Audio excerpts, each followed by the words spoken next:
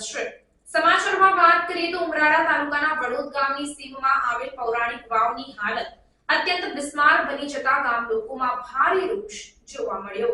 આશરે 100 વર્ષ પહેલા સૌરાષ્ટ્રમાં પીવાના પાણી માટે વાવનું નિર્માણ કરવામાં આવતું હતું।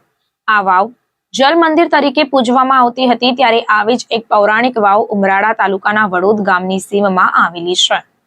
હાલ તો આ વાવની હાલત અત્યંત બિસ્માર બની ચૂકી છે। આ પૌરાણિક વાવની દુર્દશા સામે તંત્રની નજર પણ પડતી નથી, જેથી ગામ લોકોમાં ભારે રોષ જોવા મળ્યો। સૌરાષ્ટ્રમાં અડીકડી વાવ જેવી પૌરાણિક વાવ એટલે કે દાદરવાળા કુવા પણ કહી શકાય, જે ઇતિહાસની સાક્ષી પૂરે છે। રજવાડાના સમયમાં પીવાના પાણીની સમસ્યાને હલ કરવા માટે બનાવવામાં આવેલ વાવને જલમંદિર તરીકે પૂજવામાં આવતી હતી। સૌરાષ્ટ્રના ગામડાઓમાં આવેલી પૌરાણિક વાવમાંની એક વાવ ઉમરાળા તાલુકાના ખોબા જેવડા ગામ વડોદ ગામે આવેલી છે। વડોદ ગામમાં આવેલી આ વાવનો ઇતિહાસ પણ ખૂબ જ રોચક રહેલો છે। આ વાવ 100 ફૂટ ઊંડી અને 350 ફૂટ પહોળાઈ ધરાવે છે। આ વાવ 3 મંજિલની ઇમારત જેટલી ઊંચી છે। લોકવાયકા મુજબ આશરે 700 વર્ષ પહેલા આ વિસ્તારમાં બાવનીયો દુષ્કાળ પડેલો તે સમયે સિહોરના રાજા દ્વારા અહીં વાવનું નિર્માણ કરાવવામાં આવ્યું હતું।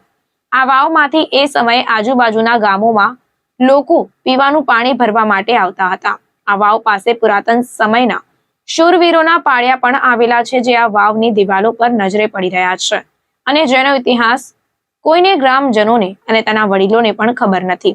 ત્યારે આ વાવ કેટલી જૂની છે તે કહેવું હાલ મુશ્કેલ છે। જોકે વાવની બનાવટને જોઈને આશરે 700 વર્ષ જૂની વાવ હોવાનું અનુમાન સ્થાનિક લોકો દ્વારા લગાવવામાં આવી રહ્યું છે અને હવે જ્યારે આ વાવ બિસ્માર બની છે, અનેક જગ્યાઓ પરથી તૂટી ગઈ છે, ત્યારે પુરાતત્વ વિભાગ અને તંત્ર દ્વારા રિનોવેશન કરી ઐતિહાસિક ધરોહરને બચાવવામાં આવે તેવી માંગ ગ્રામજનો દ્વારા કરવામાં આવી રહી છે। રિપોર્ટર ફિરોઝ મલિક સાથે કેમેરામેન રસુલભાઈ સૈયદ, ભાવનગર।